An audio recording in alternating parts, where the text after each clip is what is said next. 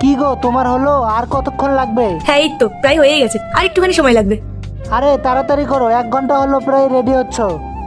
একটু তো ধৈর্য ধরো, প্রায় 3 মাস পর তুমি আমাকে নিয়ে কোথাও ঘুরতে যাচ্ছ, একটু সুন্দর করে সাজবে না? দেখবে তোমার বইয়ের উপর থেকে আজকে কেউ নজরে সরাতে পারবে না, বিশেষ করে তুমি। হ্যাঁ ঠিক আছে ঠিক আছে, তুমি তাড়াতাড়ি রেডি হও। এই তো এই তো।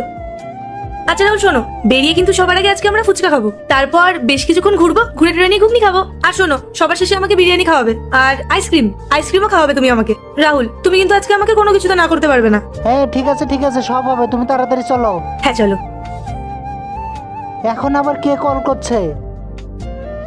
বস, 1 মিনিট দাঁড়াও। Hello sir. হ্যাঁ ভাই, আজকে ছোট করে একটা পাঠাবে নাকি? মেকআপ আছে। আজকেই স্যার?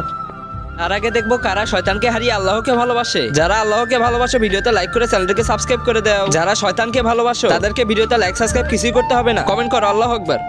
হ্যাঁ আজকেই, আর এখনই। আর কি তুই বস লাগিয়ে রেখেছিস? আর আমি তোর অফিসের বস না, আমি তোর বন্ধু। ঠিক আছে স্যার, আমি আসছি। হ্যাঁ তাড়াতাড়ি, মেকআপ প্রায় চলে এসেছে।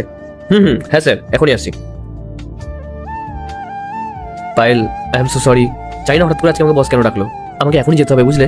আর তুমি বিরিয়ানি আইসক্রিম খাবে বলছিলে না? ঠিক আছে, কোনো ব্যাপার না, আমি অনলাইন অর্ডার করে দিচ্ছি, বাড়িতে এসে দিয়ে যাবে। নেক্সট সানডে আমি তোমাকে পাক্কা ঘুরতে নিয়ে যাবো, একদম প্রমিস। আমার লেট হয়ে যাচ্ছে, আমি আসছি বুঝলে। ঠিক আছে, তুমি সাবধানে যেও। হুম।